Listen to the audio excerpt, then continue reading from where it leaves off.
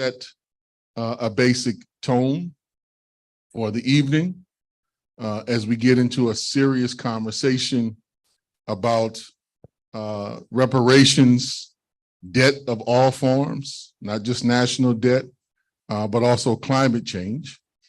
But we want to set some good intentions for the program tonight. And for that, we have asked Nemo to give us some good poetry intro and grounding all the way from Nigeria. So first up, let me bring up Nemo to say a poem.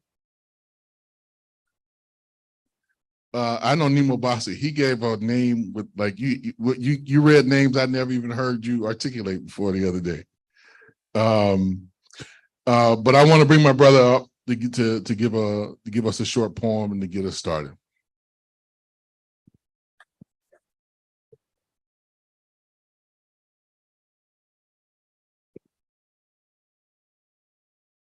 Thank you so much. And good evening, good morning, good afternoon, wherever you are in the world. It's been an awesome time out here in Jackson, Mississippi. I'm going to read a poem titled, "By Me We Spoke."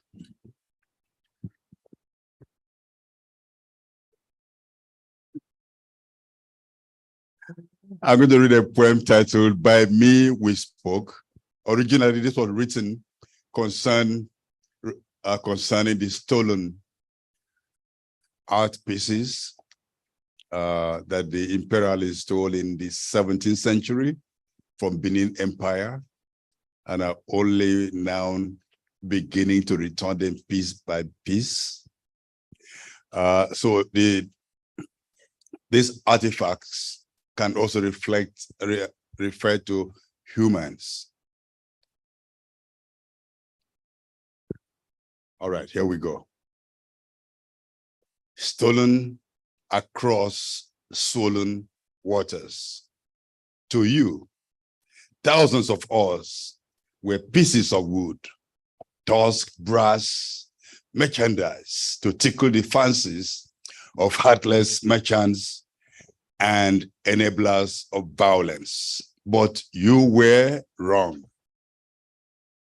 A haze of brass and wood and ivory, murderous desecration of our revered palaces. Over 100 years, and you are yet to nod in sleep. Slowly, your crimes seek you out. Secured in mounted cells, I wonder what you learn when you grope my bloodless frame in contrived musings, in citadels of stealing, knowing you cannot know me on the altars of twisted history. Dumbstruck or struck at the loving work of ancestral masters, you derided them, vilified cultures of justice, burnt, smashed, raped, plundered all night. You drank my blood. Set you up before cockcrow, you couldn't imagine that a cuckoo will still crow years after entombment in your armored cases. Grabbed thousands of market years ago, I was denied regal splendor of ethical multiversities. In the ancient kingdoms where thieving was strictly outlawed, who would dare the gods to be a thief? Wrapped in cloaks of darkness,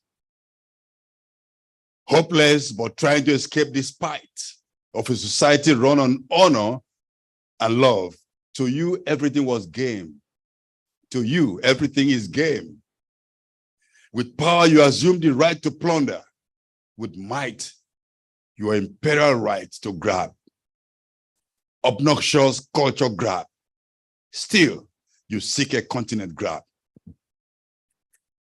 Draped in awful sheets, hidden below bloodied boards, swung across stormy waves, The joy of receiving stolen blood shocked me for over hundreds of years until I heard the shout, "Bring home our life." I take freedom now.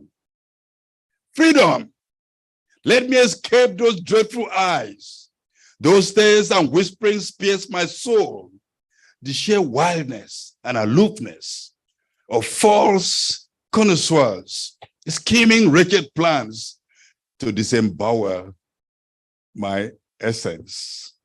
My what isn't on your pedestal.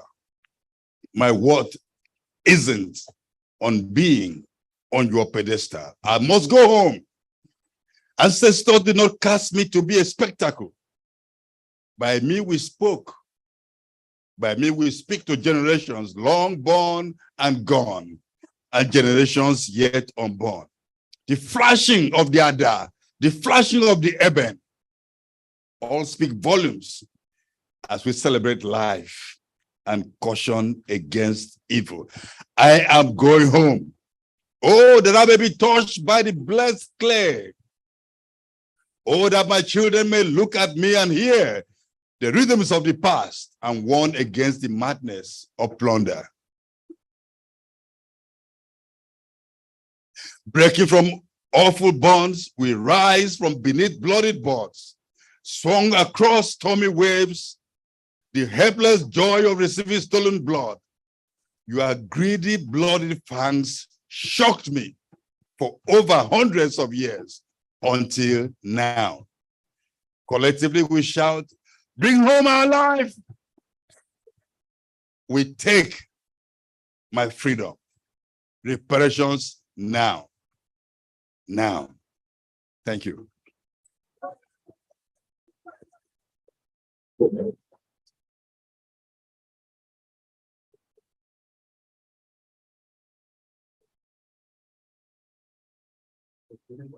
At least the drum came. Yes.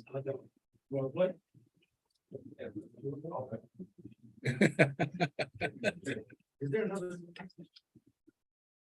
Is there another drum? I think it's another room there.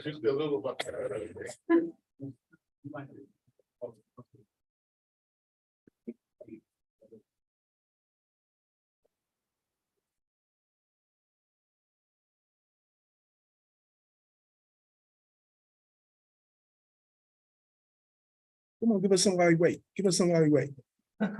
Yes.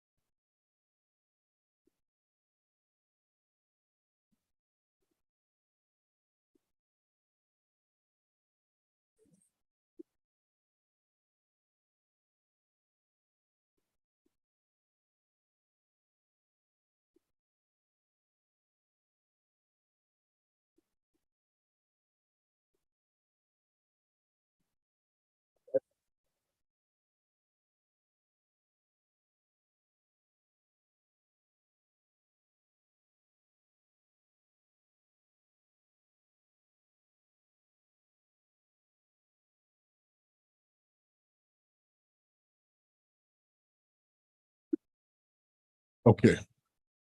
Is this mic? Can you guys hear me with this mic?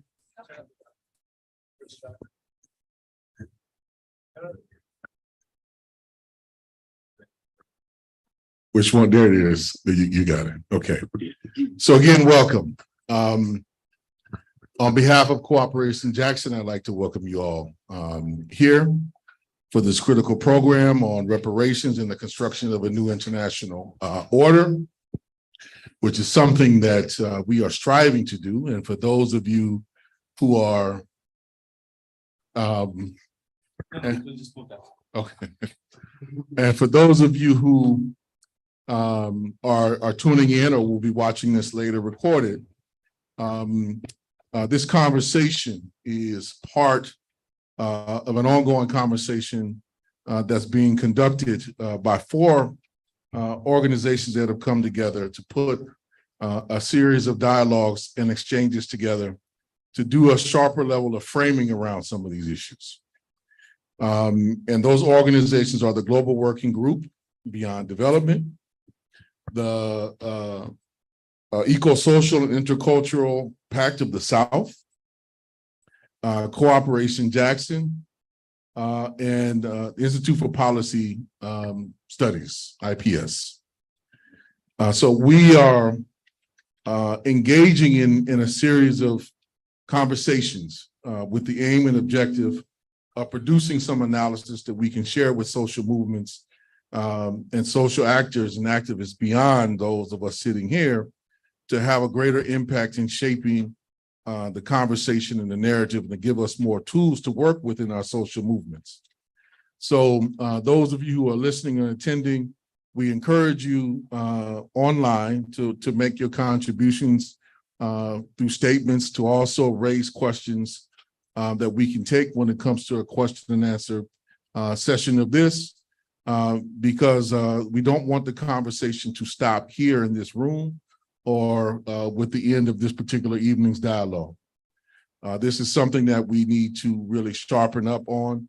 If nothing else, the events of this summer that have demonstrated the full, well, I shouldn't say the full, but the growing might of our Mother Earth and making the changes that our governments and multinationals are refusing to do. It is doing on its own, but with grave consequences to humanity, such as the number of deaths which are rising in Libya that we saw just in the days that we have been here, in addition to the earthquake in Morocco, and I can cite many more. Greece, a couple of days before that. So this conversation is very timely, and the links that we're hoping to try to make and expose here, bringing up the legacies of enslavement, colonialism, imperialism, to the ongoing practices of extraction and exploitation, and how those are producing calamity after calamity is a critical thing that we're trying to make sure we bring the connections on, build the type of intersectional movements that we believe that we need to have in order to change the world for the better. And so tonight is a beginning conversation to that end. Before going further, though, we'd like to thank everyone and all the labor that they contribute. So this meeting is being translated live from English into Spanish. And I want to give thanks to those who are working on that translation. Those are the folks that are doing critical work that you won't see and you often don't see, but it's very instrumental in making sure that we are really having true exchanges on terms, broad democratic terms. So I want to thank them for their labor. We'll come back and mention them by name a little bit later, because I don't have their names, unfortunately, in front of me with the technology and the computer. But that said, I want to jump into our conversation and for everybody to know a little bit of how this is going to proceed, particularly folks online. We have 5 speakers from around the world who are going to share initial reflections. They'll each speak for about 10 minutes each. And then we're going to open it up to questions for those who are here live and for questions for those of you online who will be contributing either via the Zoom or via the live feed kind of component. that only snippets of. The whole program will not be live fed, just so everybody's aware, but little snippets of it will be. So we have 5 speakers. The first one, excuse me. So now that I found it, I do want to mention folks' names. So our translator are Heather Hayes and David Nunez. So I want to thank both of them for making the time, the space, and contributing their labor. And as for our speakers tonight, we have first from Australia, we have Elise Klein. She'll be first up. Elise is the senior lecturer of public policy at the Crawford School. Don't do all that? Okay. Well, just Elise is good. Following Elise, we have Mudaresh Kumar, who's from India. And you probably tell me the same, right? Cut it short right there. So I'll do that for everybody. Mudaresh Kumar. We have Samantha Hargraves from South Africa, who will follow Mudaresh. Then we have Ivan Yanis from Ecuador. And then from the home team, we have Baba Lukata, who will be talking about our case for reparation, case of Black people in particular in the United States for reparations. So without further ado, I'm going to turn it over. And again, 10 minutes each. And then there'll be questions and answers following. So first, there you go. Thank you. Thank you so much. And can I just, say thanks to Corporation Jackson and all the organisers for this amazing week that we've had together. And thank you, friends, for being here.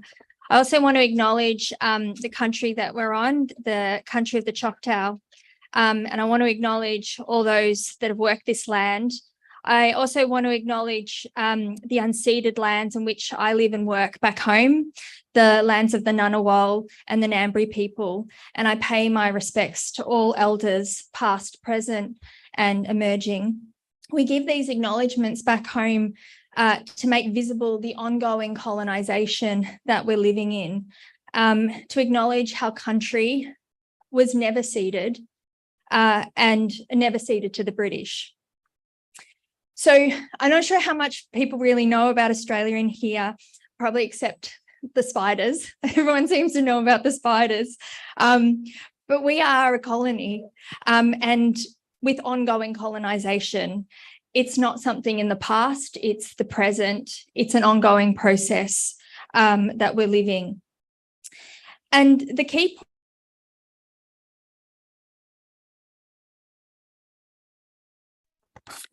I don't know.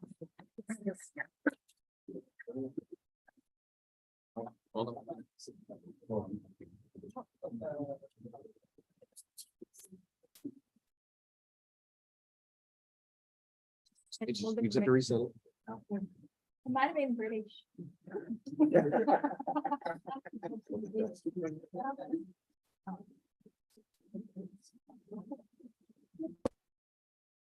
Oh, sorry. 1 second. Thanks. Sorry, folks.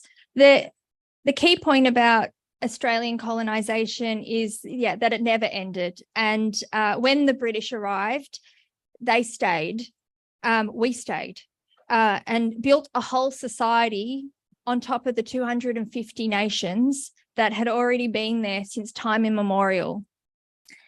The British called Australia Terra Nullius, meaning an empty land, but of course there were people there.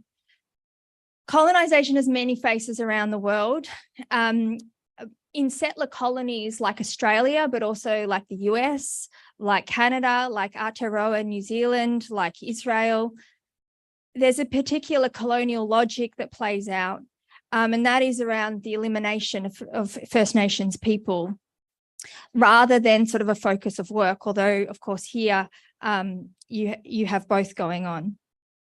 The colonisers just want the land to build their white supremacist society utopias. And, there's the other distinction is that populations don't ever get independence, that it's a continual process of colonisation. So under this elimination logic from the colonisers, all sorts of crimes endured, massacres, starvation, disease, and then a whole process of assimilation, which was not about killing bodies outright, but about killing the Indigenous from the body. And so, there's a stealing of children going on, a whole host of protectionist policies to enforce folks into settler society to take on settler norms. Today, colonisation continues. First Nations people in Australia are the most incarcerated group of people in the world. I know that's super controversial in this place, in this country, but and this is not a good thing to be sort of to be on the top of, but First Nations people are the most incarcerated people in the world, just above what's happening here in the States. And we have police killings, huge deaths in custody, and there's no justice for families for these crimes. First Nations kids continue to be stolen from their families. And this is after the 2007 apology, where our Prime Minister said sorry for the stolen generations under protectionist policies. Since then, we have a higher rate of stealing of children, where they're taken from culture and put in largely white families and taken away from language and off country and away from culture. We also have structural poverty, of course, because of the colonial process. And this leads to shorter lives for folks. We also have social security policies that continue to enforce assimilation, trying to push people into settler norms by using welfare as a sort of if you take the welfare, there's a whole lot of conditions attached to it. And of course, you need to take the welfare because of the poverty and the lack of other opportunities. In 2007, the Australian government sent the military in on folks in the Northern Territory into Indigenous communities to help and ramp up this colonial process. They were able to do that because they suspended the Racial Discrimination Act. If you're going to do something super racist, you're going to suspend the Racial Discrimination Act. The only times that act's been suspended in Australia is for interventions against First Nations people. And there's no real land rights, let alone return of stolen land. So reparations in this context have a long, long history in Australia around struggle for recognition of these crimes, but also addressing these crimes. And so actually, since British invasion, these ideas of reparations have been around. And the time of invasion, when the British came, they had two possibilities under British law, was to negotiate a treaty or pay compensation. The British did neither. That's when they declared terra nullius. They treated folks like animals, and they neither had to pay compensation or do treaty. So it's in that context that reparations continue to come up. And a key part of this debate is always about the sort of process of decolonisation. Reparations here is around self-determination, sovereignty, land back, and transformation. They are seen as a way to push against colonial relations, not reproduce it.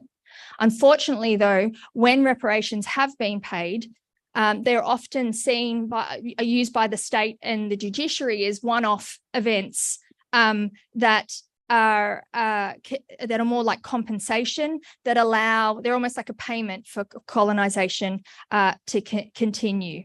The state does this not to concede. So, for example, in land, the push for reparations, land back in the space of land rights, a lot of, I'm not even sure if we can call them reparations, the sort of compensation that has been paid has been more of a way to allow mining and agriculture and abuse of country to continue.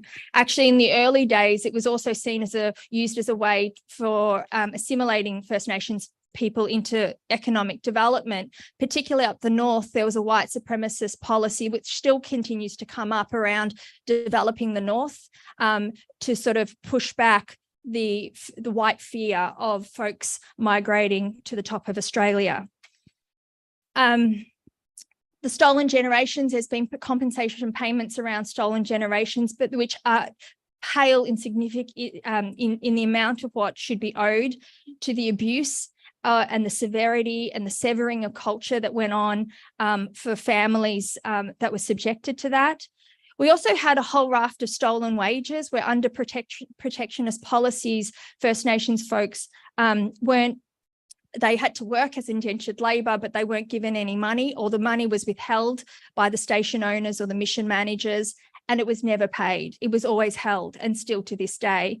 And so the state, came up with these ideas of compensation schemes around that, which paid, depending on where you were, $2,000 to $4,000. But the kinds of estimates that was owed is around $400,000 per person. So you can see the complete mismatch of what is there. And that was in sort of 2004 amounts. So just, I think my sort of time's probably running out, but just to underline that the push for reparations continues. And it's alongside other really important decolonizing processes around self-determination, around sovereignty. So it's a pushing back against colonial control and trying to unsettle these colonial logics, not reinforce them. And we see that with community-based reparation movements. So we have a thing called pay the rent.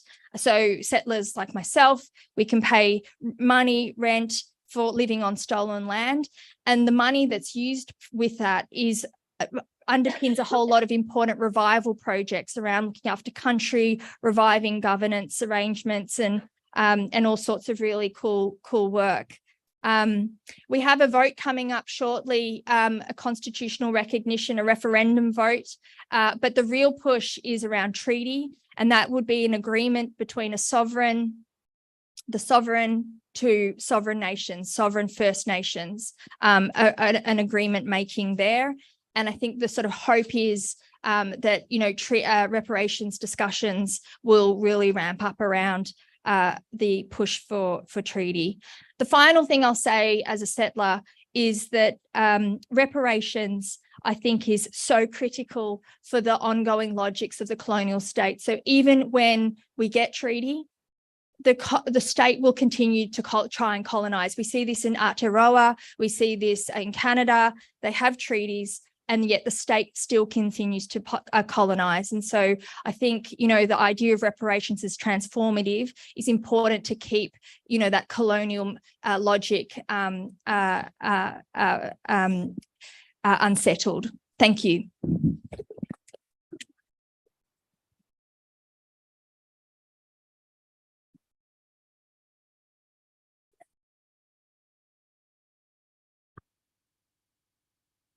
Hello, everyone.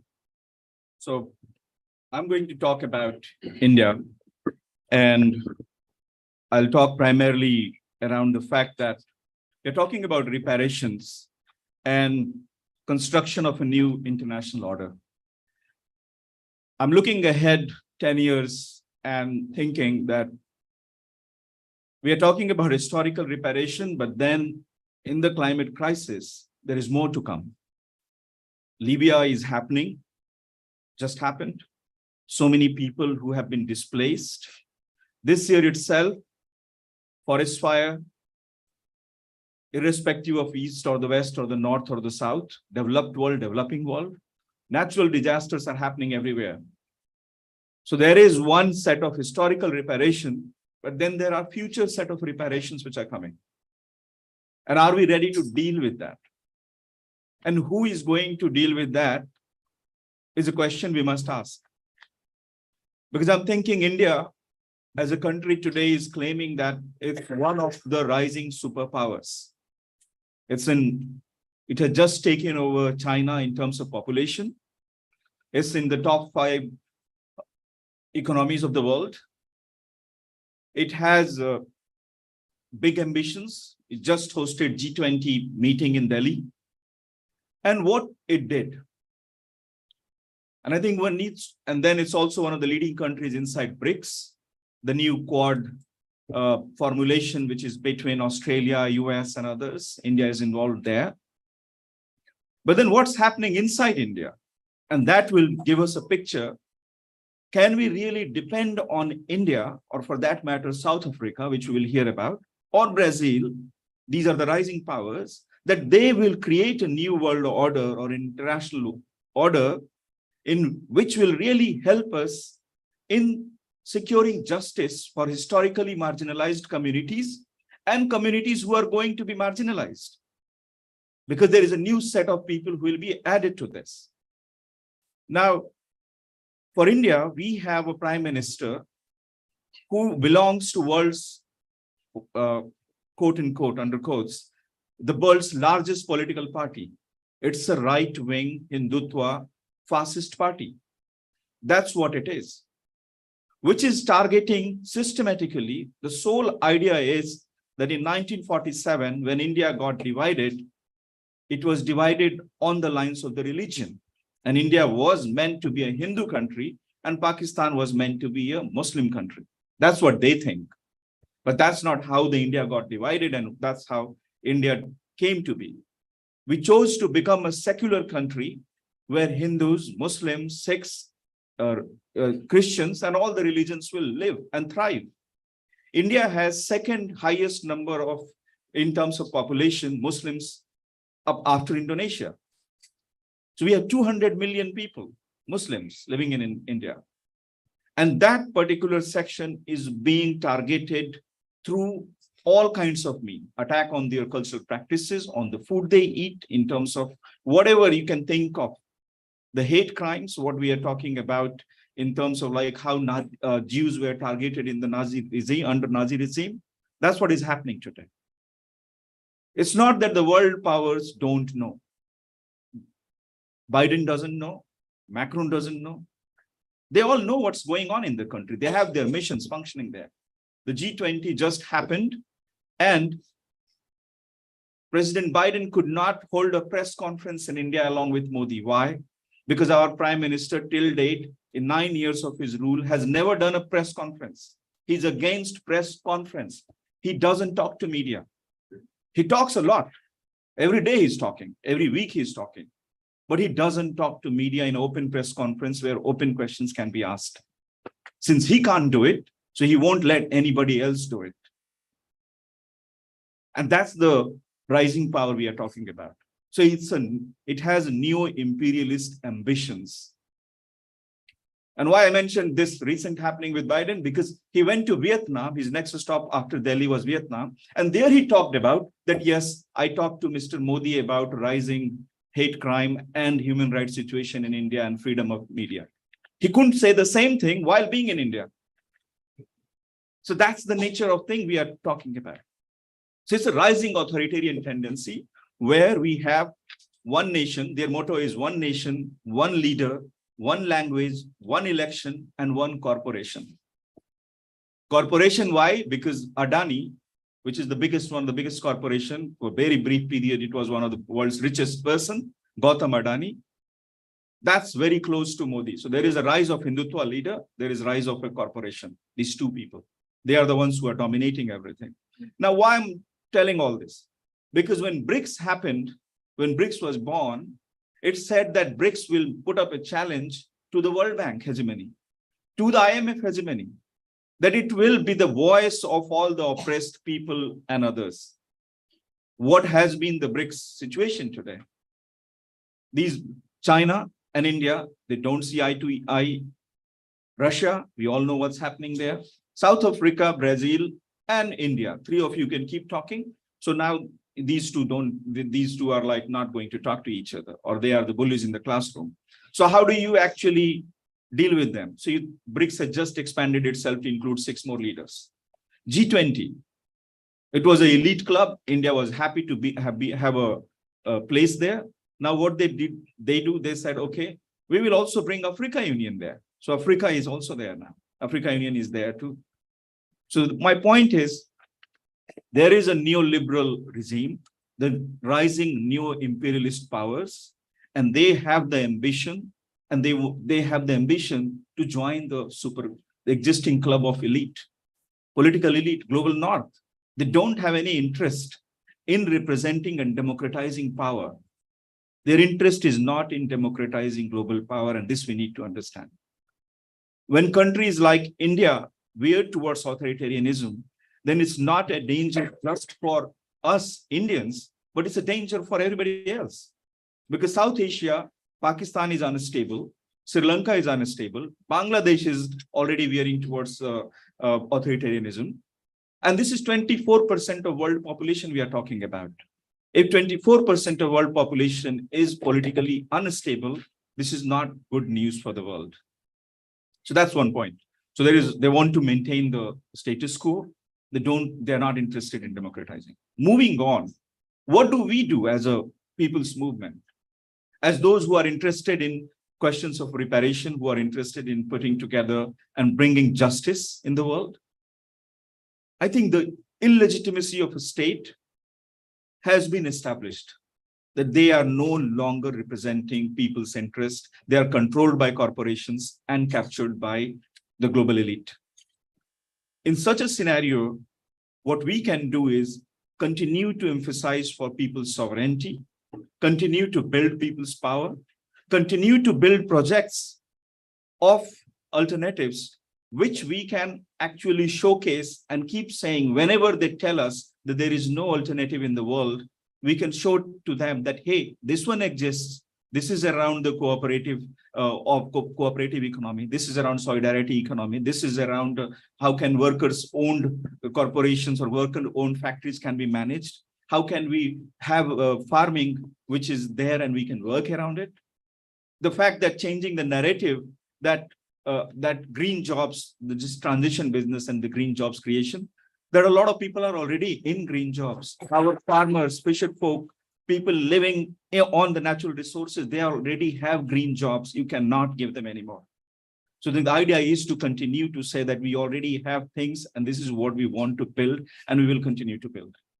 Because unless we do that, they will continue to tell us there is no other alternative, and that's why we are here and trying to build that. In India, a lot of our effort actually at the moment is going in resisting this right-wing authoritarianism, which is coming up.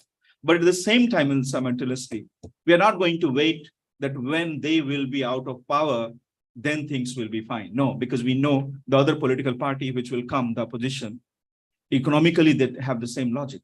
They're not going to change their position. So while we fight, we are also simultaneously building things on our own. And the task is very difficult, but we have to do it. There is no other way and nobody else is going to do it for us.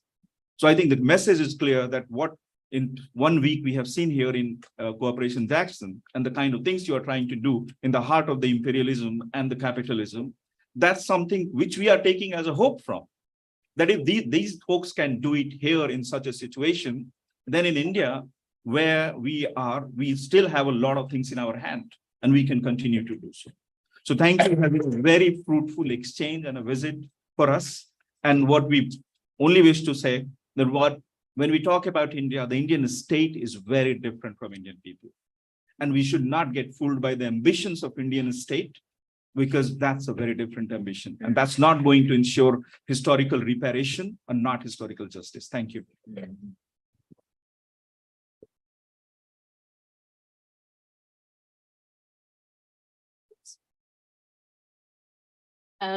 So I'm going to share a little bit.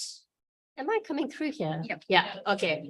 I'm going to share a little bit about the experience of, well, attempt at reparations in South Africa. South Africa was colonized from 1652, initially by the Dutch, later by the British. And by 1947, national elections, which excluded Black South Africans, they voted in a different system. People of mixed race voted in another system. And a white government came to power in 1947, the Nationalist Party. And it was the Nationalist Party that instituted the most extreme form of institutionalized racism, I think, akin to slavery that we've seen in the last century. And that system is called apartheid, And it was all founded on the separation of people of different races, geographically, socially, economically. But the system was constructed around accumulation, so making money, profit, by white capital, so largely mines and big industrial agriculture, by exploiting cheap Black labor. And so that was the logic of the system.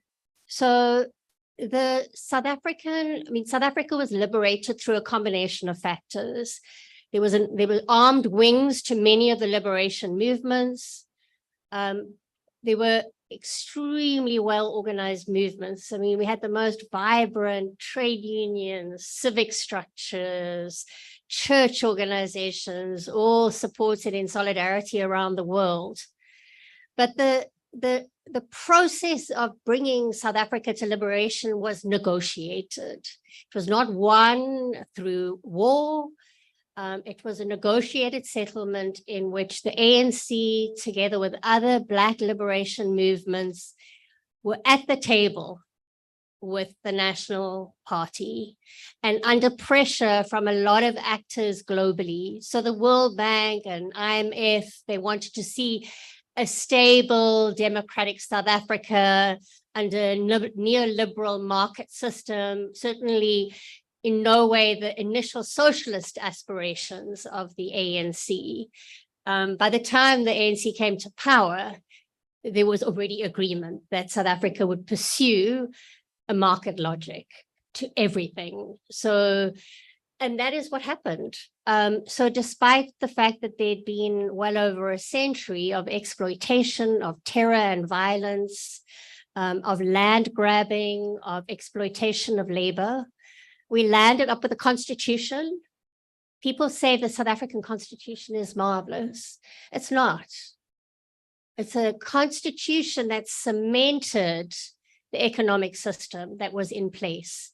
What did it do? It recognized the land rights that were in place at the point of liberation. And what did that picture look like?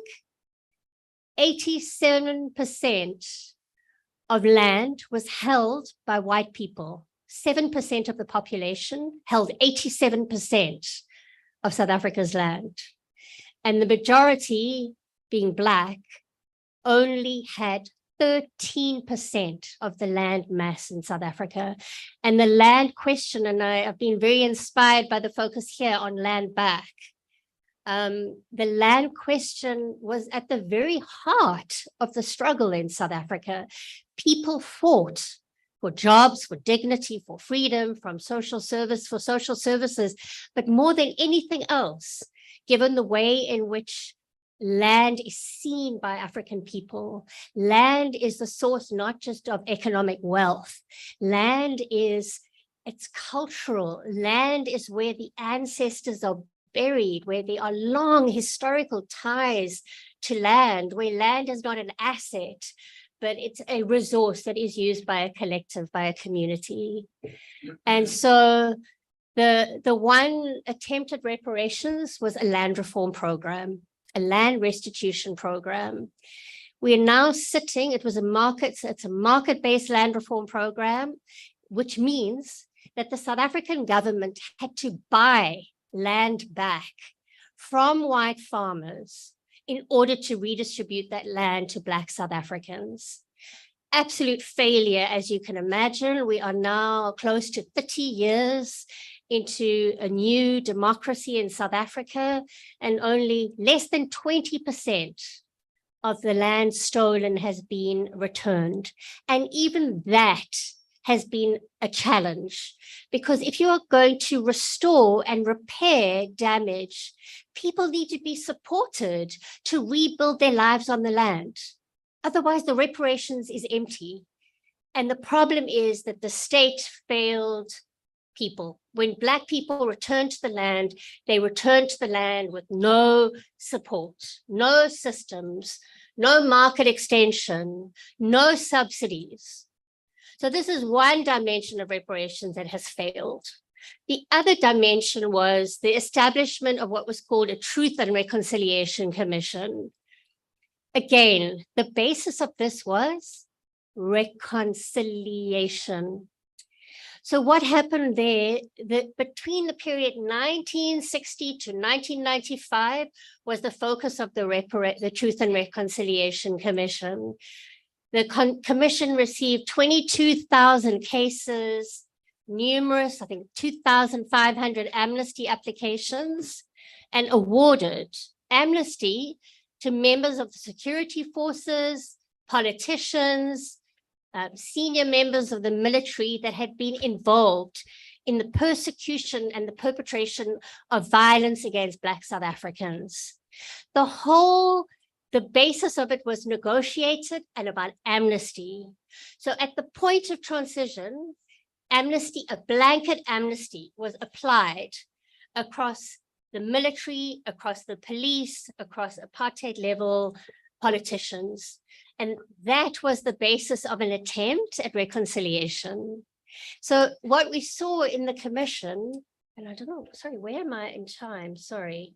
3 minutes. Okay, cool. All right. So you cannot achieve reconciliation between Black and white South Africans without radical land redistribution. You cannot achieve reconciliation without redistribution of resources and assets. You cannot achieve reconciliation without apology and acknowledgement of what had happened in South Africa. So this pursuit of reconciliation was empty because people took their stories, their lives, literally a generation plus of abuse and exploitation to the commission. And there's been no justice for people. 19,000 people have received 30,000 Rand a year for 6 years. 19,000 people. We have a Black population of 48 million people. And of those, 19,000 people got damages, the award of damages. So I think those are two of the mechanisms, and they have failed. And there is much to learn from attempts at reparations and restitution from the South African experience. I was asked just to quickly address the climate crisis on our continent. I think I've got 1 minute to do that. So the climate crisis is escalating on the continent. Sub-Saharan Africa it's the area of the world that is warming the fastest. It is already prone to droughts. And so here we have a growing climate crisis in a context in which total emissions over time, only 2 to 3% of total emissions that are causing the climate crisis came from the whole of sub-Saharan Africa, 2 to 3%. But sub-Saharan Africa, Africans are carrying the brunt of the crisis. So we have a deep, deep injustice here. We're seeing droughts, rising sea levels that have taken whole villages. We're seeing warming oceans where people cannot fish. They cannot bring in a catch to feed families. We have seen locusts and quailera birds in East Africa that have destroyed crops year after year, leaving people hungry in a drought-stricken context as well. So these are the realities of what is happening on the African continent. And so there is a significant call for the climate debt to be settled. And I don't have time to talk about what that looks like, but there is a deep injustice that Africa is carrying, and climate debt must be settled. Thank you.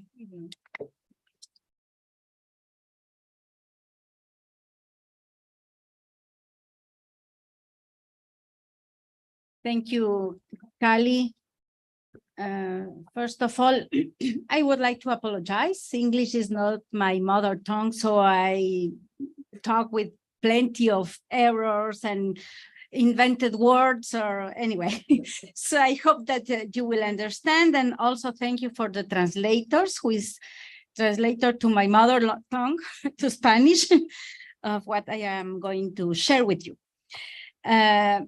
it's an honor for me to, first of all, to be here as part of a group of people invited by Cooperation Jackson to learn about their experience fighting for reparations and to fight for to recover the land to their hands, and also to share this table with these wonderful people. All of these days, I have been learning so much. Well, I am from Ecuador. I am Yvonne Llanes, and a big hug from Acción Ecológica to you. Ecuador is a very small country in the middle of the Andes.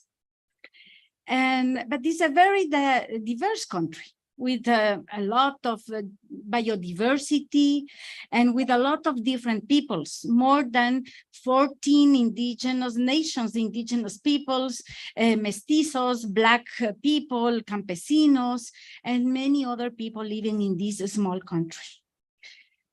As many of the countries in America Latina, at the end of the 70s, we came back to democracy. We had a dictatorship, and we came back to democracy. And since that time, different and successive governments, from right-wing to social democrats, neoliberals, very bad, authoritarians, repressives, all of them were extractivists. All of these countries, no matter the political tendency, what they wanted to do is continue the exploiting of oil, and more recently, extracting minerals. And when I refer to extractivism, it's not only a question to take minerals and oil from the soil or from underground. Extractivism shaped the culture, shaped the country, shaped the society, shaped the economy. And of course, it needs a lot of instruments, like, for example, free trade agreements, needs indebtedness, needs oppression, needs repression in order to continue with extractivism, no matter the government that we have had since more than 40 years. And I remember I was talking with Aissatou here, my friend from Senegal, that when I was a girl, everybody was saying we were lucky because we have oil. If not, we would be like Africa. This was the words that we listen in my country. But now, if you go to the Amazonia, I would like to ask the people, do you think that what happened with this, in actually Acción Ecológica works in the Amazonia since more than 30 years. And in Amazonia, what we see now is the highest rate of cancers, and 75% of these cancers are in women bodies. Only Texaco caused more than 1 million hectares deforested. All the rivers polluted. Some of you have been there. Nemo know very well what is happening in the Amazonia, and other people too present here. And of course, a lot of death and devastation. I should say that it would be good if the oil were not discovered in the Amazonia in Ecuador for 50 years ago. And probably we will be in a better situation than now. But Ecuador is also as biodiverse, as diverse culturally, etc., and a small country. Ecuador has wonderful initiatives and ideas. And an initiative was, for example, what the peasants and indigenous peoples in 1993 put in trial to Texaco. It is called the trial of the century. And they are asking for a reparation of $9.6 billion. Of course, Texaco do not want to pay, and they are still fighting until now. Even they won the trial, the legal demand, Texaco do not want to pay. But Ecuador also has, and together with Acción Ecológica, with Oil Watch, with our Nigerian friends, more than 30 years ago, we were the first nationally and internationally to say that the only way to fight climate change, to defend the indigenous peoples and the territories, to save biodiversity and the tropical rainforest in the case of Ecuador, is to start to leave fossil fuels underground. And I think that we put a seed that grows. Tomorrow and after tomorrow and during the next days, for example, it will be a big mobilization in the world and in New York and in other parts of the world, just asking what we have been asking since 30 years ago. We have to leave fossil fuels on the ground in a fast way, fair way, forever. And I added, and also with furious, because we are enough to have all the pollutions with fossil fuels extraction, etc. And because we are in a meeting that we are talking about reparations, I would like to mention that probably most of you know already what happened in Ecuador the 20th of August. Almost 60% of the population decided to vote to keep fossil fuels on the ground on one part of the Yasuni National Park in the Block 43 called ITT.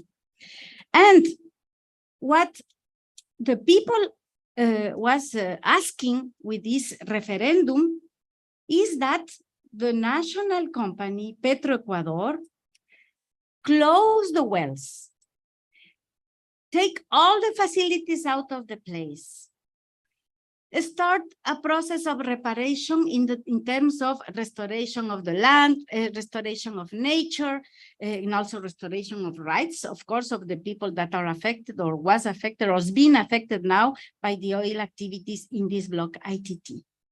I think that it is probably the most important case in sense of restoration, but also in the case of reparation in the world now. And I would like to finish saying that we are happy with the results of the referendum, but we are very unhappy because the government said that he is not going, the government, the president and the government say that they are not going to respect the decision of the people. They said that, oh, it's too difficult, it will cost a lot of money, it will take a lot of time, so that they are thinking that they will not respect the decision of the 60% of the Ecuadorians that voted for the yes to Yasuni. I would like to say, and maybe seeing the camera here, that to say to the president of the Republic of Ecuador, now President Lasso, that millions of people, hundreds and thousands of organizations are observing Ecuador. At observing Ecuador because they put a lot of hope of what happened in Ecuador the 20th of August. To the Ministry of Energy, to Petroecuador, to say that in this government and in the new one that is coming in November, they will be observed, but all the people that is waiting that all the decision of the people to leave fossil fuels on the ground in the ITT, in the Yasuni National Park must be respected. And I would like just to maybe mention that because we were discussing here during these days, if we can put a price to the restoration. Yes, maybe we can put the price. No, but we have to go beyond the monetary thing, of course. But we have to think that things need money to be repaired to. In the case of Ecuador, for example, we need $500 million at least to do the reparation of the ITT Yasuni in the case of the referendum. Texaco needs to pay $9.6 billion. It's a number. Of course, this will not take the people dead. This will not take all the nature that it was before, but we have to mention some figures. In Acción Ecológica, we did an exercise long time ago that it was not 9.6 billion, but $175 billion that Texaco owes to Ecuador. But of course, this was an exercise to compare together with external and financial debt. Of course, this put numbers on the reparation has nothing to do with any monetarization, financialization, commodification of nature or whatever it could be. It's just a number to start the complete and integral reparation of what has been damaged. Thank you.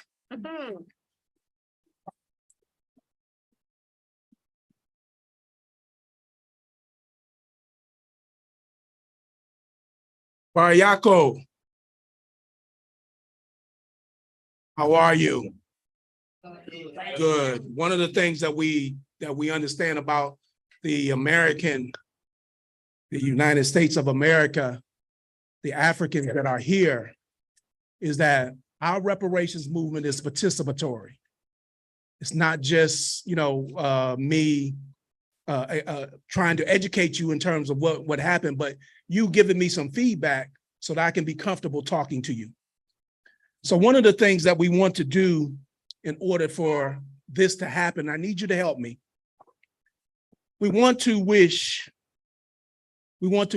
a rest of peace and power to some of our ancestors who paved the way for us to be able to know that we are due reparations. So as I call a few names, I would like for you to say Ashe, an acknowledgement that we wish that they would be able to rest in peace and power.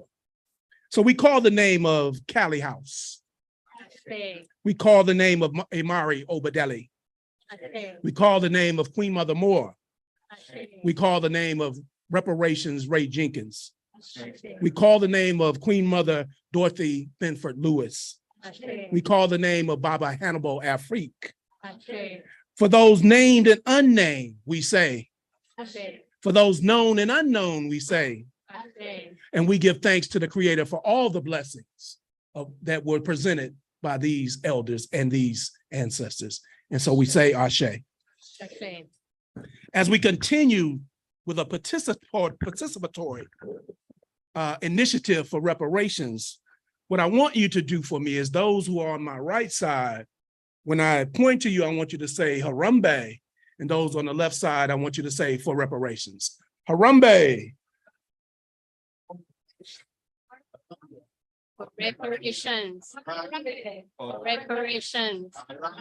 For reparations. That is right, because again, it's participatory. And we have to understand that in order for Africans, we call ourselves New Africans. Well, we'll say Africans and New Africans interchangeably. But for those of us here, we understand that we have to be involved in this process. And it is a process of healing, repairing, and restoring our dignity and our pride in being an African.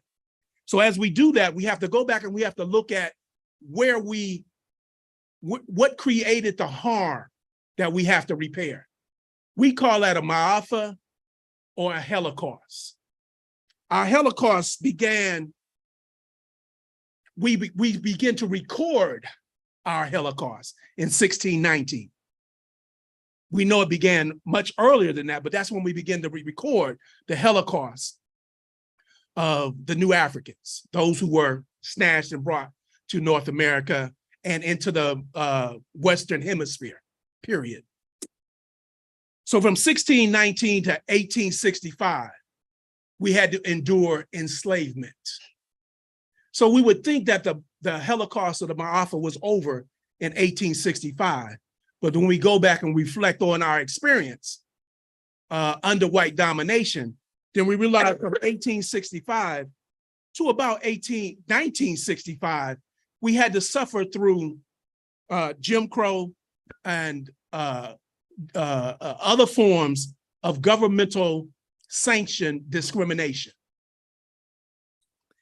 From 1965 to 2023, from 1965 to 2023, we still are under the yoke of white domination, only it is in the form of white national extremist terrorism. So our Holocaust, our Ma'afa, is ongoing. And we have to deal with that. In order to deal with that, we want to identify it. If you'll pick up the card that was sitting in your chair, you'll be able to follow me just a little bit in terms of where we are going with the injuries that were sustained as a result of our Holocaust, our Ma'afa. The National Coalition of Blacks for Reparations in America has defined our harm in 5 categories.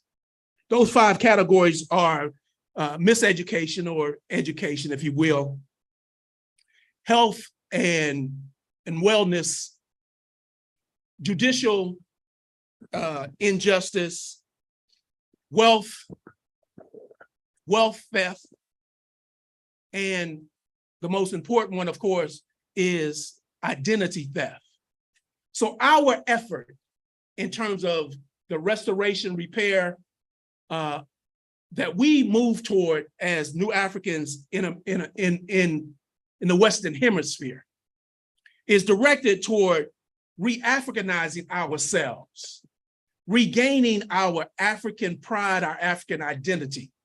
And so as we go through that process, we have to confront the idea that one of the individuals who was seeking the highest office in this land insists that there be a movement to shut down what he calls wokeness, the anti-wokeness movement.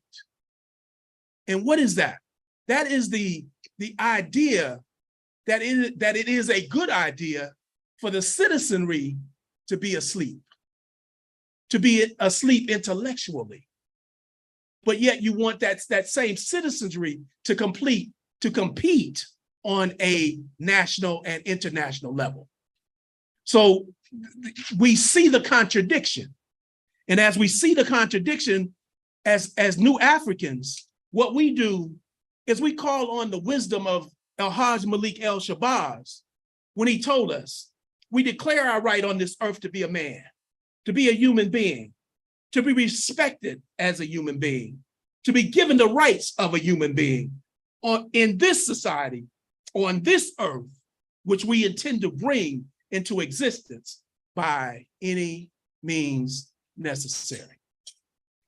So our mission as we begin to repair and heal ourselves is to be a born-again African. That's what we want to be. We want to be a born-again African because we realize that Kwame Nkrumah was correct. I'm not an African because I was born in Africa. I'm an African because Africa was born in me. As we look at what it means for us to be an awoke community, what it means is that New Africans have become aware of the value of our life, the value of our existence, and the importance of our accepting our identity. And as a consequence, we have begun to be there for each other. We have begun to be a healing force for each other. And part of that healing force as we become born again Africans is to recognize that we have been robbed of our culture. Not enough of us understand what it means to be able to relate to the Adinkra symbols that come out of West Africa. Although we are Africans, we are not familiar with the Kemetic laws of Mayat. So we're not familiar with the traditions of being a Yoruba or having the Yoruba blood run through our veins. So we have to re-embrace all of that in order to become a born-again African. As we become a born-again African, one of the things that has been missing from the reparations movement is a long-term plan as to how we're going to make these things happen. We had the March on Washington, and we had that great speech, right? The dream. We had the Million Man March, where we had 2 million come to Washington. And we had that day of reconciliation within our community. But there was no plan beyond that day. There was no real plan beyond the March on Washington. There was no real plan beyond the Million Man March. So what we had to do as Africans, we had to put together what we call a long-term strategic plan. Out of that long-term strategic plan, we are mapping out what it will look like to be an African in July of 2123. 100 years from now, 100 years from now, we have to be in a position where we are telling ourselves and telling the world that we will be the healthiest, the most educated, the most physically satisfied, the most safest people on the planet as new Africans. That is what we have to strive for. That is what we have to work toward. And as we do that, then we have to realize again that in order for this to happen, it has to be participatory. So all of us have to get on the elevator to climb up to the top of the social economic ladder. We have to climb the ladder, the social economic ladder that we argue that Africans or new Africans are at the bottom of. And through our discussion today, we come to find out that we're not the only ones at the bottom, but all those who are at the bottom have to be in decline to the top. So our objective is to be able to 100 years from now, be able to claim that but be able to actually demonstrate that we are the happiest, the healthiest, the most physically satisfied and the safest people on the planet. And we do that by our broadcast of a program that we call Harambe for Reparations 2.0. And that presentation is every Saturday at 11 a.m. Central Time on Sankofa Revolutionary Radio. Every Saturday at 11 a.m. Central Standard Time, we have an open mic discussion called Harambe for Reparations 2.0. So I'm assuming that my time is coming to an end because Kali pointed at me. So let me close by saying Harambe for reparations. Harambe for reparations. Harambe for reparations. Asante.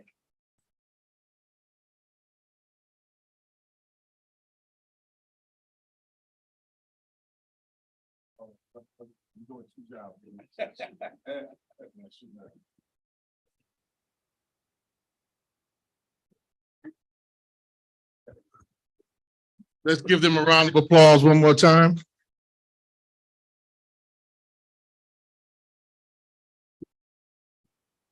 And we want to try to balance this out. So we're going to open it up now for questions.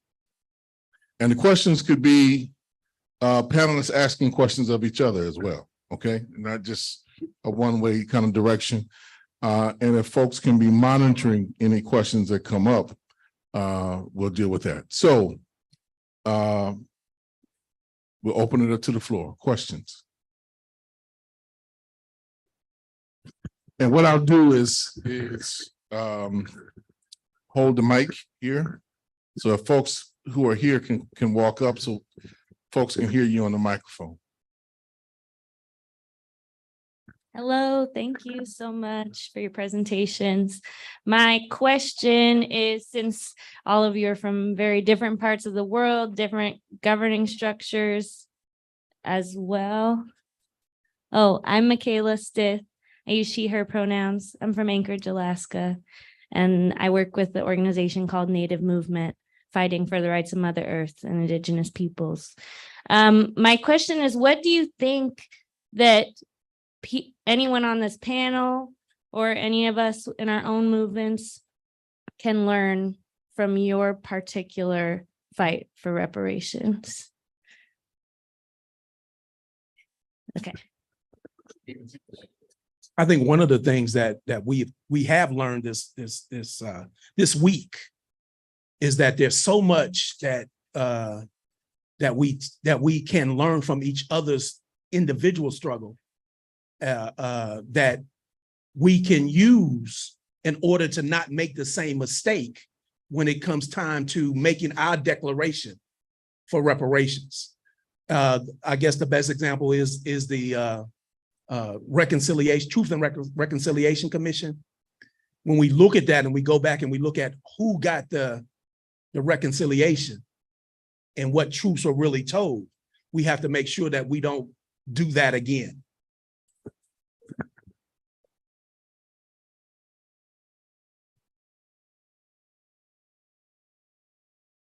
Anyone else want to take it? I just think one thing I probably didn't underline enough is just how much anything that has been the state has conceded to has been because of struggle and like for many, many years. And so the state wouldn't have moved on anything unless First Nations have leveled at immense struggle. And even then, it was only compensation that was paid. And I just think there's something to be learned about this idea of not just as injustice, but only compensation without anything else. I think that's a warning sign of continued control, continued intervention, and not transformation. And that's what we've seen in Australia. I can just add to that. I think like US, we are also a constitutional democracy. And in India, we have often, for many of our own struggles, were either questions of addressing historical injustice or of demanding compensation for land lost or for forest lost because of developmental projects or others. What we have emphasized on a couple of things. One, using the law for whatever cracks there are in the existing system, constantly keep using that to demand new legislations. And one of the legislations I'll say, so we have roughly 105 million tribal people, indigenous people in India. And most of them have been living inside the forest, but they never had legal title to their land and territory on which they were living. There was a massive struggle, and in absence of a legal title, they would often be evicted forcefully from there. We campaigned very hard to get a law passed, but then in the law, what we said, it's not about individual because they want you to recognize you as individual, but we said it's about community. So then there is an emphasis on individual right, but also on community rights, that the communities need to be recognized as a whole. So that's the other thing which we recognize, and we got something called Forest Rights Act. It's a long struggle to continue to fight to implement it, but we got it. And we have to defend it and do that. Second is when it comes to the question of money, in most of the cases, what we have said, we don't want compensation as money. If I am losing land, give me land. I'm not going to compensate for anything because no matter how much money you give, it's not going to. So demanding land. And the third is in most of the cases, if you cannot give us land, then we are just staying put, hold on to the territory. We are not going to do anything else. We are not leaving that territory. So some of these examples, and which have worked to varying degrees in many places. And there are cases of victory, there are cases of defeat. And I must say also that we have successfully used one tactics, which is delay, delay, delay. Whatever they come to, you find ways in your law and whatever, so that things can get delayed. And the power of capital and the state gets blunted by that delay tactics over a period of time. So these are some of the things I can think of. Thank you. I think I did point to some of the lessons from South Africa. Reparations is not possible, I think, under the market.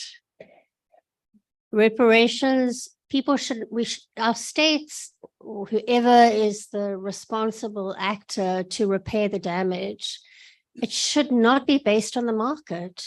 Why, in the South African context with stolen land, should the state be purchasing land to redistribute that to Black South Africans? So that's the first thing.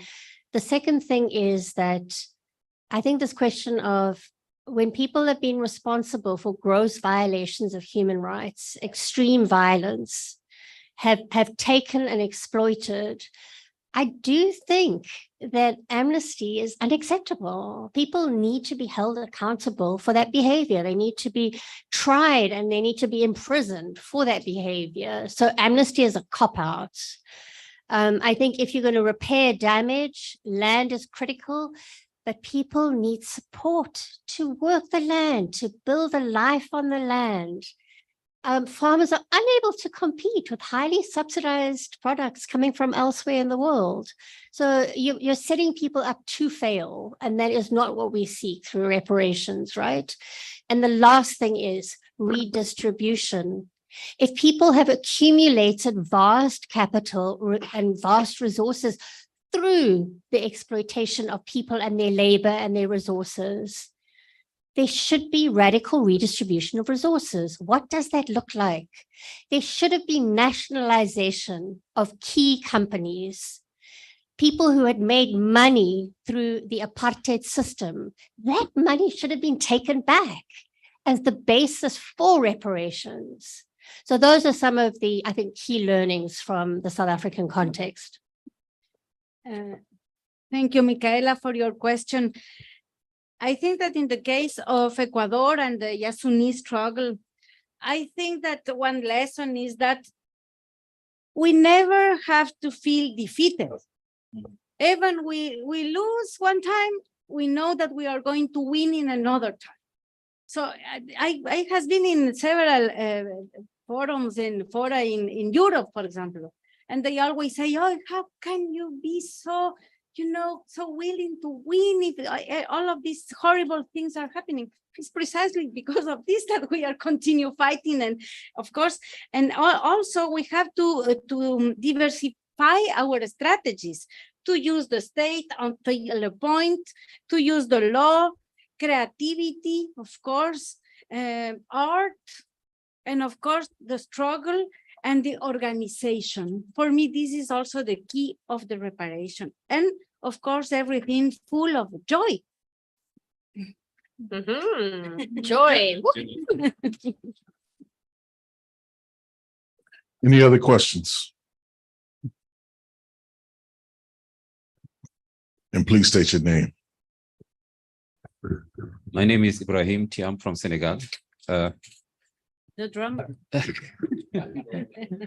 I just want to be provocative because during all the time I was thinking about this word. Maybe it's an issue of language, but reparation means that you made it like it was.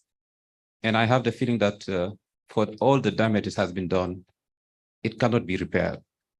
So my thinking is just maybe to find another word, because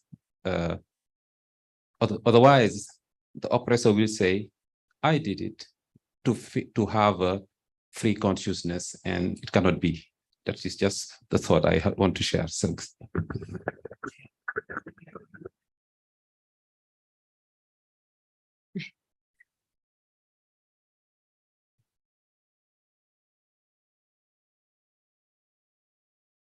We have to understand that, again, there are limitations to our communication. Right now, we are looking at the idea of reparations being repair and restore. If we want that done tomorrow, you're right, it will not happen. But over time, we can reconnect. I can reconnect with you because I am an African and you are an African. And so we have to make that connection. Right now, there is a struggle between continental Africans and those in the diaspora. And much of that is because of the divide and conquer mentality and indoctrination that white domination creates between us. So again, we have to redefine the terminology, but we can still use those words, I think. I'll just add that in Indian context, the word reparation is not used actually. So the Dalits and the indigenous people, they don't use the word reparation. What we use are two other words, which is addressing historical injustice. So the idea of justice is very ingrained actually. So addressing historical injustice and how can justice be done. And the second is around the question of historical injustice. And then second is around the idea of dignity. The dignity is a big thing, much more than the money, even that the people require the level of, and the dignity and just to decode it. So say, for example, Dalits often, even now till this date, we have some kind issues where a Dalit man cannot take a marriage procession through the main village level street. And that's the question of dignity.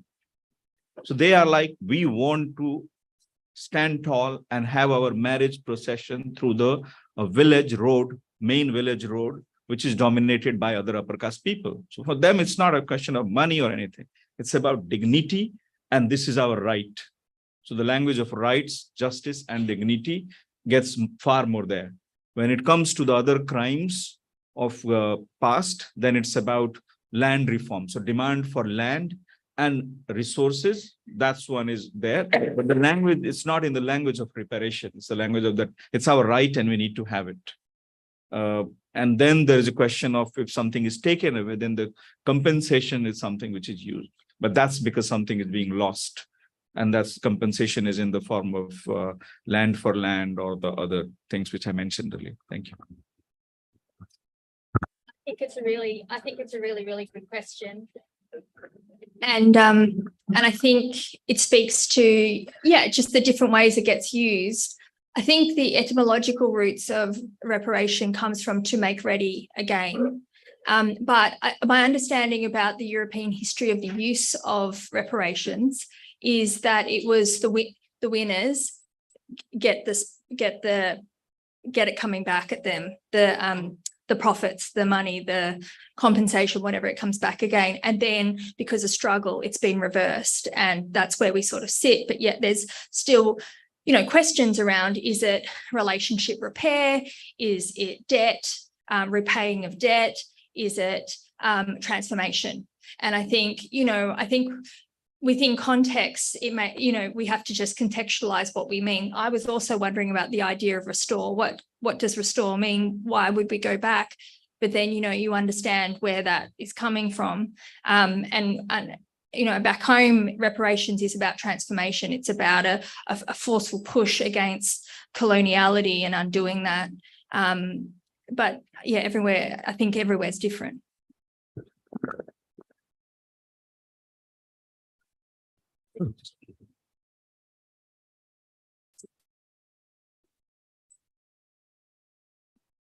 Thank you, Ibrahima, for your question. Yes, it's difficult to think and to imagine that something can be as it was like before. But we have to maintain the idea that things and rights, including the dignity, can be restored. I mean, if we start to say that this is irreparable, I don't know if this word exists. If we start saying this, we start losing. So, but if we say, yes, it will be difficult, but we are going to try the best in order to put things as were before. In the case of Ecuador, in the Constitution, nature is a subject with rights. And also nature has the rights to be restored. So it's a right that we have to respect in the case of Ecuador and also, but not only nature, also the peoples has the right to be repaired, constitutionally talking. So that means that we have to do the best with money or not with a figure, but to say the cost that it has, doesn't matter how much, but you have to put this, and also to recover dignity, which is sometimes beyond monetary. But yeah, we have to try to recover. always. And to repair. Ibrahim, I think your question has triggered like an emotional response in me, because I totally agree with you. Repairing the type of damage that people have suffered historically and continue to suffer today is impossible. It is absolutely impossible. Like, if I think of what Black people in South Africa have endured, the violence, incarceration, forced removals, treated as animals, that can never, destroyed families. It is not possible. You cannot restore that. So much has been lost. If I think of places in West and Central Africa where we work, because of mining, literally like in Guinea-Conakry, you can drive for 10, 15 kilometers and you are driving through a dust storm. People have been taken out of their villages. Trees have been raised. There is no vegetation left. Absolutely destroyed ecology and destruction of people. I don't think it's possible to repair that. So I think it's almost like ameliorating. It's going as far as you can to repair the damage, but restoration, I don't think is possible. But at the same time, we also have to realize that the concept of reparation is not all about the past. It is about the future. So facilitator's little privilege. I want to invoke Amilcar Cabral in this discussion, in part because his birthday was the other day. We didn't fully acknowledge that, but he was born on the 12th of September. But there's a concept that he introduced us to, the concept of return to the source. And I'd like everyone to look that up. And part of it was, in short, making an argument. I think he first articulated this when he was in Cuba at a Tricontinental Conference in '66, when he was arguing that classical Marxist kind of theory leaves out stateless peoples. And it leaves out kind of where we fit into, the notion of history being the summation, being summarized by class struggle. And what he articulated was that we need to look deeper at the mode of production. And like there were contests between modes of production, particularly when folks who came from state-based societies in their hierarchies, of which almost all state-based societies are hierarchies, and those who didn't have states. And what he was primarily articulating is that part of what we are trying to do is restore our own entry into history on our own terms, right? On our own terms, not the terms of those that were imposed upon us. And it wasn't so much a question of like, how do we go back to the past? That wasn't what he was articulating. He was saying we need to envision as a people that we were on our own course of development before that development was disrupted by forces of imperialism, by invasion. And can we as a people or peoples, can we envision our own course of development beyond imperialism? So that's what the return to the resource was like. As a people, where do we want to go? And what will it take for us to get there? And he was making an argument that it is incumbent upon the colonizers if they want to be human. So that's a piece we haven't talked about, because remember that I would argue Amilcar Cabral and the PIGC did a good job of converting key elements of the Portuguese army to eventually wind up overthrowing the Portuguese dictatorship, right? For how they were politicized by fighting against the folks of Guinea-Bissau. So as to say, I'm fighting you to leave my homeland, but I don't necessarily consider you an enemy. I'm trying to make you a friend and have you be a friend that understands and respects my humanity and open up space for that to happen. And then we can do a level of repair. So there was an argument embedded in the reparations, as Lucado said, about going forward, but it required you to, hey, you got to acknowledge you did something wrong to me. and a right needs to be committed. Now, let's define what the right is. So it's not all about looking back, because he would always argue that, yes, I want my own course of development, but I have a right to all the knowledge that humanity has accumulated. As a human being, everything, every piece of music that's ever been written, every picture, every note, every mathematical equation, all that, I have a right to it too. And he was saying we should have a right to that. And within that, determine what we want to do with it. It may be different than what you do with it, but we should have the option to be able to explore that and exchange freely in doing that. So I just want to take that privilege that to say it's not about going back, but to also invoke that as a particular concept of what it is. And then the last thing is, we didn't touch upon it much this week, but there is a disconnect that I was thinking about earlier today about the term reparations and how it specifically evolved. To my study of it, I think the piece that kind of got left out, that was initially conversations between European sovereigns. And it was a conversation that was had even before they were nation states, around how did they deal with each other on terms of indemnity for war, right? And okay, after the war was over, how do we settle this? And then it wound up becoming more of a conversation in social movements, you know, some hundreds of years later, where it then becomes who are the actors that then have access to being repaired by the state. And we have extended that, you know, now down to an individual level as a conversation also about the expansion of rights, particularly human rights. So it's a concept which is growing. It's nothing like it was 400 years ago, and it's going to continue to evolve.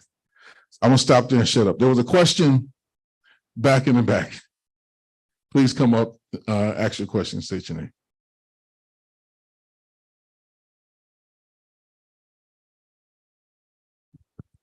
Thank you. I'm Yorgos from Greece, Southern Europe. It was very inspiring what you said and the discussion so far. I'm going to get you to a kind of practical issue, and sorry for that. My question is if and how there are alliances with already established institutions in each country regarding reparations. And I'm referring to something that we didn't touch upon a lot during this week, which is the labor unions, labor more broadly, and so on. Are they part of this reparations movement? And do they have a role in space? And what is this role in space?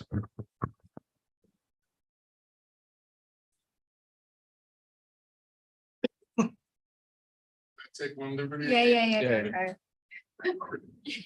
I can cite one example where I know the trade unions were instrumental in initiating a conversation about reparations.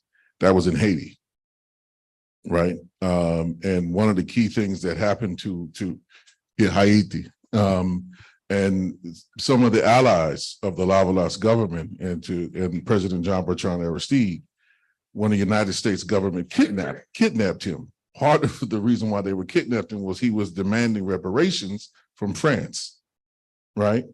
But some of the key forces, and I know this from being allied with them, were trade unions in the social movement that were raising this demand.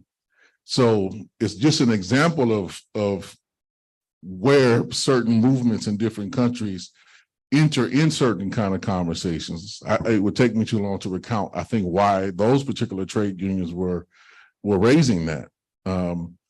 But it doesn't have to be. The point is, trade unions don't have to be excluded from these conversations. And to the extent in different countries where they are, that's a question each of us have to kind of answer, you know, why.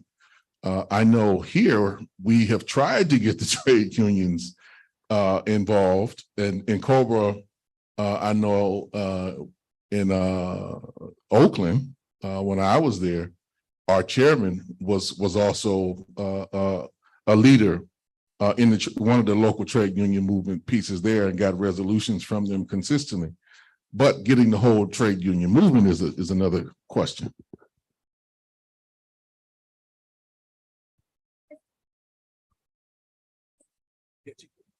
just to say that historically the trade unions have been really racist against First Nations movements in Australia, and part of that has been because, you know, of the racialization of First Nations people of not being labor, and these elimination logics. Today, I think there's possibility, but you know, that racism still exists in a lot of the unions. Like, I mean, there's the police union that continues to come out and support the police in its brutality against people. And you know, I mean, there's the mining and the transport unions and things like, you know, there's no conversation around race there. But maybe some of the other sort of the service unions, the unemployed workers union, for example, you know, I think there's a lot of sort of support there, but that's because they understand the sort of these expropriative processes. Yeah, so potentially, I think it's a great question. I think the other thing that we have to be extremely mindful of is Africans had been excluded from many of the trade unions here in America. And so in some cases, we had to establish separate trade unions. An example is right here in Medgar-Eversville, what you call Jackson. We have a separate union for the police, a separate union for the Black police and the white police. We have a separate union for the Black firefighters and the white firefighters. Okay. And that's the same thing when we talk about colleges. We have HBCUs because we weren't allowed to attend predominantly white universities. The thing that we have to be mindful of is that where we are able to create separate unions and those unions are able to create revenue that can be contributed to the movement, that is what happened. And again, when we look at what happened in Detroit, the auto workers union, for example, because Africans were able to join the auto workers union, they were able to accumulate enough resources to become quote unquote middle class. And as a result of having extra revenue, disposable income, they were able to contribute to the building of the new African movement. Okay, we have a message from Susie Contento from Colombia. She says, good evening, thank you for this gathering. You can't hear me? A person from Colombia who is following us online named Susie is saying, thank you for the gathering, greetings from Colombia. I would like to ask which challenges you have met in the discussions about reparations, both in the academic realm and in the statal realm, and who have been your allies there? What is the second one? I heard academic. What's the second one? The second, academic and state. And state. So which are the challenges and who were the allies?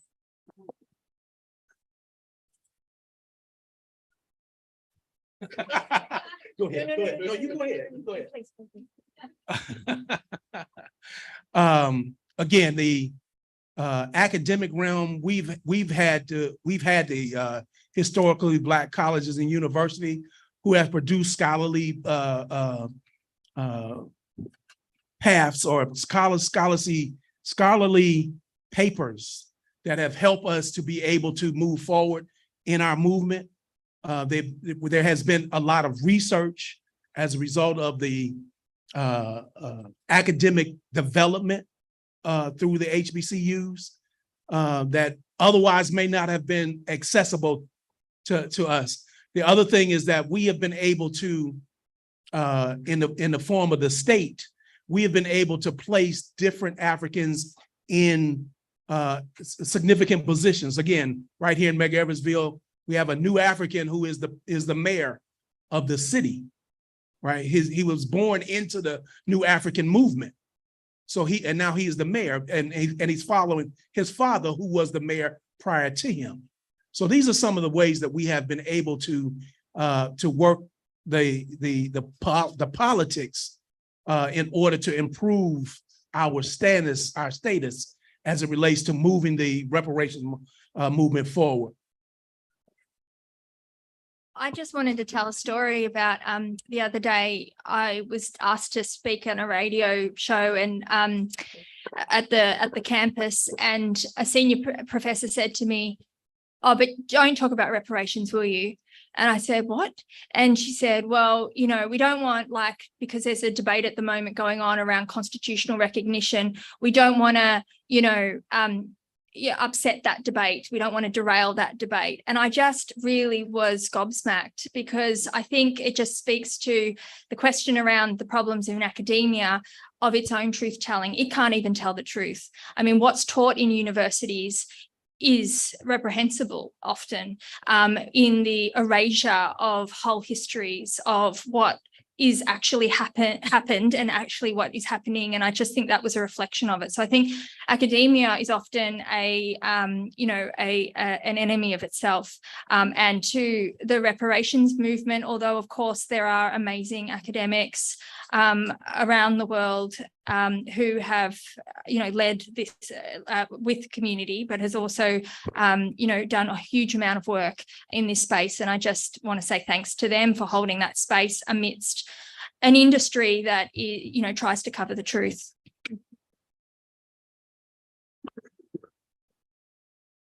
In the case of Ecuador, and in the case of the Yasuni, the academia was an ally, as a strong ally to help with information, with papers, to research. So I think that in particular case of the Yasuni, it was an ally in general. No, of course there are academia and academia, but in general. And regarding the challenges, I think that we have been discussing here these days about the challenge to redefine, for example, what is exactly what we want to repair in the particular cases. What is what we want to repair? Who is the one that should be repaired? Who is the one that should pay for the reparation? No? What is the multi-scalarity regarding reparation? Territorialize it, or a reparation as an umbrella in terms of global justice or in climate justice, for example? So there is so much to discuss about this idea of reparations. Sometimes we heard here that could be reparations a problem as an imperialist imposition, for example. I mean, there are so many things to discuss, and this is a challenge, in fact, to make alliances, to have unity, to work together, to struggle together, North, South, the global South, the global North, around this idea of reparations in general. No? So many challenges. And of course, the state sometimes could be an ally too, could be an enemy too. I mean, it depends on the case.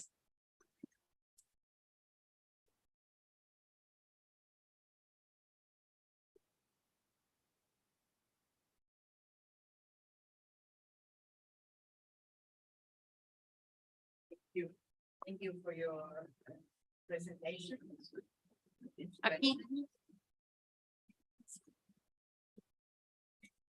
I wanted to present myself. My name is Beverly, and I come from Argentina, and I've just been receiving the news from the very large demonstration this afternoon against the rise of the right and austerity measures and the continued presence of the IMF in our country. And we also would say that reparations is not a language that we use a lot. We have been using, however, a similarly imperfect language, which is here. When we talk, we're always told to pay our debts. And we say, what debts? That we, the people, and we usually say also, we, the people and nature, are the real creditors. So we talk about the need to settle those debts, not just to pay them off, but to settle those debts, a more comprehensive situation. And we speak about historic debts through colonization, through slavery, through the abuse of indigenous communities. We think about gender debts. We think about ecological debt, and of course, financial debt, and also the debt with a democratic debt, the absence of our participation. Economic policy in Argentina today is made in Washington. It's not made in Argentina. So I just wanted to ask, one of the claims that we make always, and of course this is around the world as well, is the need to cancel the debts that are claimed of us. The IMF, the big banks, the World Bank, the other multilateral institutions, the big investment funds who continue to take immense profits from our people and yet continue to say that we are the debtors. So I just wanted to ask, in each of these struggles and in your situations, if there is some resonance with that language, if there is some resonance with that struggle to cancel the debt and to really settle the debt with peoples and nature. Thank you.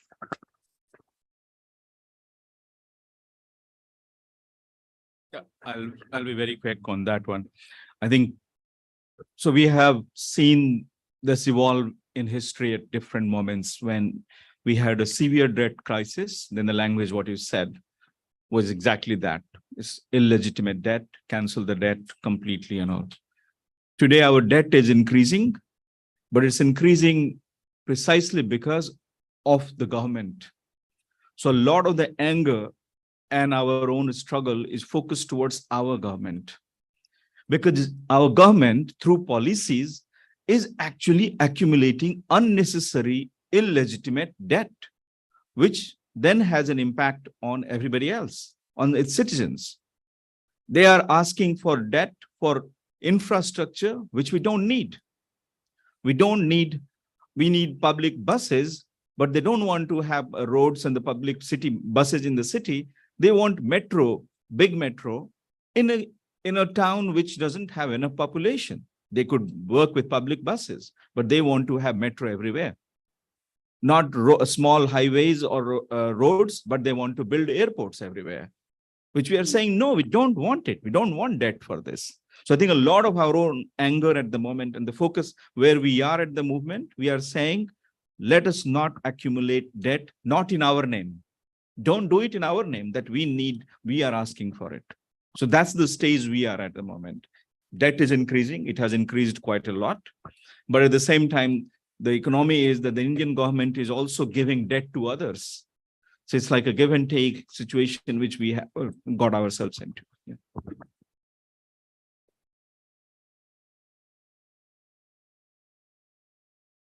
Thank you, Beverly, for your question. And yes, I think that of course in Spanish there is a different word, because if we say cancel means pay.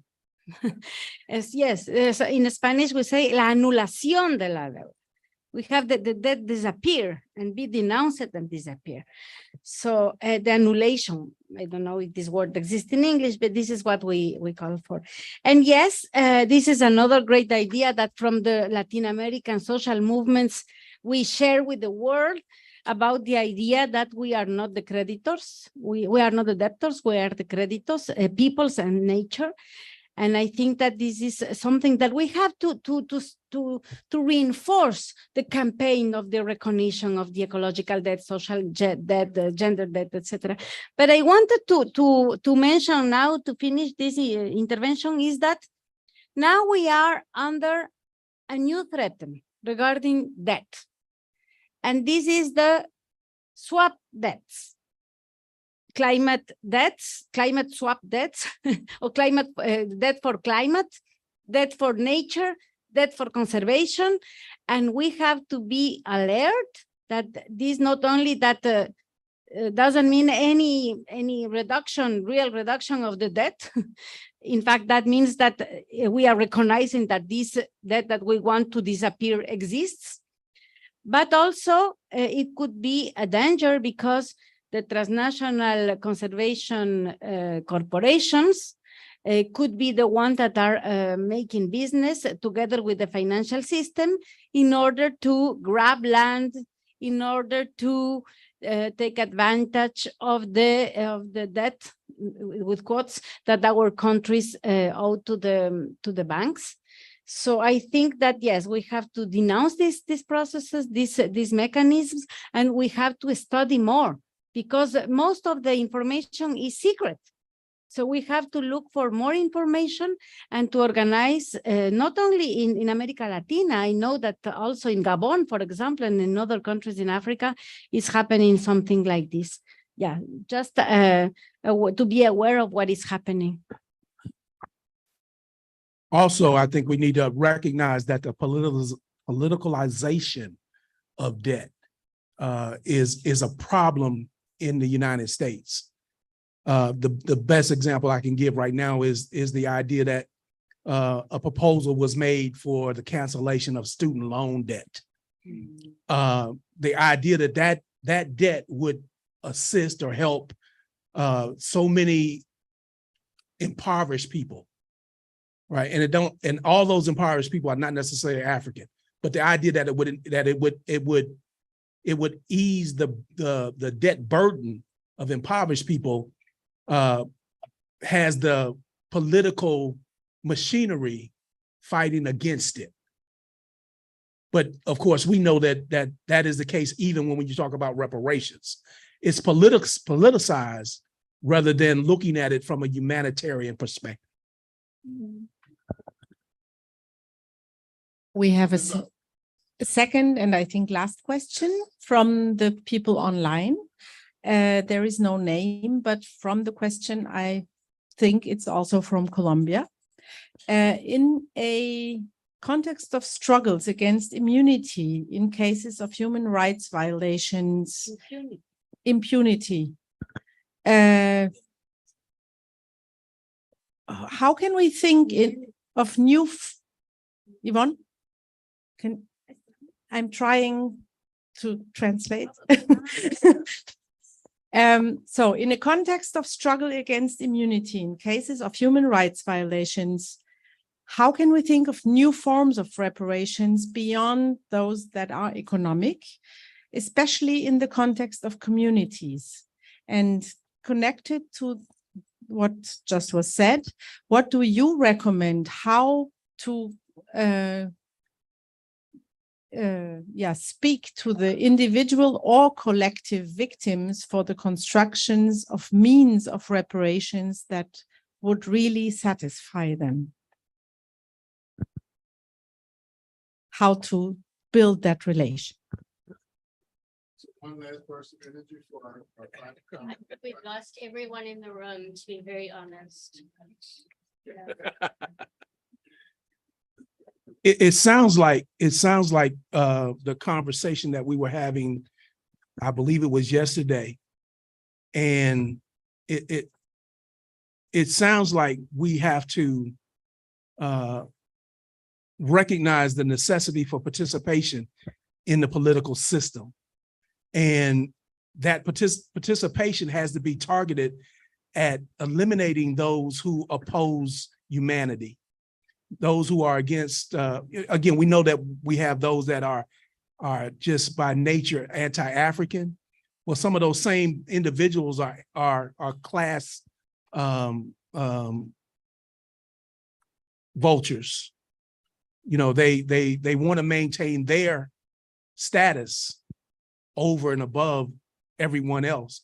So again, political development is one of the things that has to happen.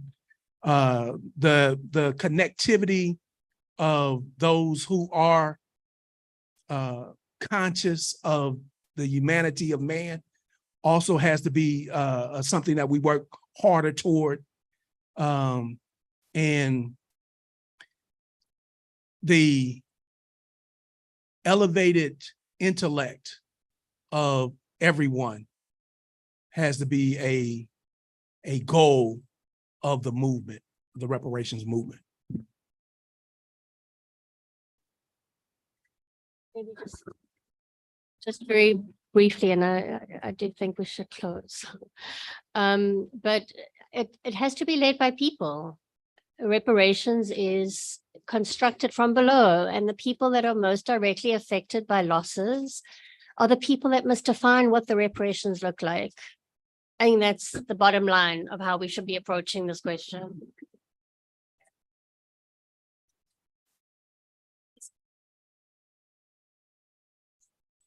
It's fine. I think I'm just thinking about it. So there is an ongoing case which is just happening where a woman in 2002 in the riot between Hindus and Muslim, she was gang raped by 13 men when she was pregnant for 5 months. The case went to the Criminal Bureau of Investigation, it was tried and all, and the perpetrators were jailed for life term. Now, and this is the same riots I'm talking about, because of which it happened under the hand when our current prime minister was the chief minister back then. And for his complicity, he was banned from traveling to US to UK. He was not invited. He won't get visa. Today, everybody else is like, he's like the normal person. This needs to be reminded. And because they want to, there is elections coming and there is appeasement for Hindus. All these men were Hindus. They released him prematurely. All these 11 or 13 men, they have been released prematurely. And the court, the woman has gone back to the Supreme Court and challenged it, saying that that the state has acted in haste and done that. Now the Supreme Court has been dilly-dallying and not taking a judgment. I think, and this has been a very big debated issue inside the left and the movements, people are looking to the Supreme Court for justice. But I think beyond that question, what everybody else is concerned about, and it has been written a lot, that what as a society we are doing. Because the court may decide in whichever favor, looking at where the political wind is blowing. But what as a society are we doing? A lot has been written about it, but I think the question boils down to any of these questions of reparation and justice. That as a society, is there a collective conscience? And who holds that conscience, and how do we actually deal with that? And there comes the role of the majority community in any position of power, whether you are powerful or not, but because you are from the majority community, it's our historical responsibility to hold up to that and to own it up and to say that not in our name, but also stand with the victim. Because that's the only way it can be done. And the justice has to be healed, the process of healing, even if it doesn't mean. But there's so many people, many of us actually came out on the street and organized protest and said that whatever the courts will decide, but we are with you, we are opposed to this, what action which a state has done. And I think this constantly has to be done and redone and so many times. And as there is a responsibility of the upper or those who are in power. So, yeah. So let's give everybody a final round of applause.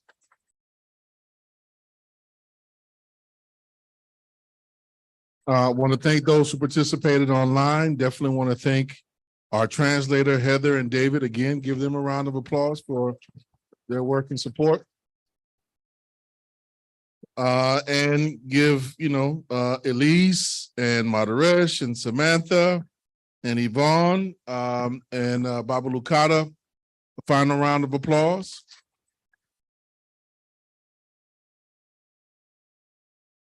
It's not the end of the conversation. Hopefully there were some points that we could all take and bring to our movements and build upon and extend the conversation out. We will be projecting this as it was recorded, putting it online so folks can share it when that comes out. And other than that, let's eat. Thank you. Thank you. Thank you, Miriam. Thank you, Miriam. Thank you, thank you. That's a very, very long class and process. Okay.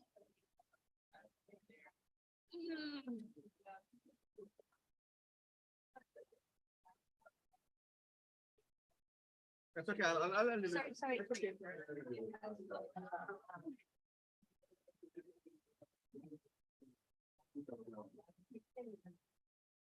Thank you. That was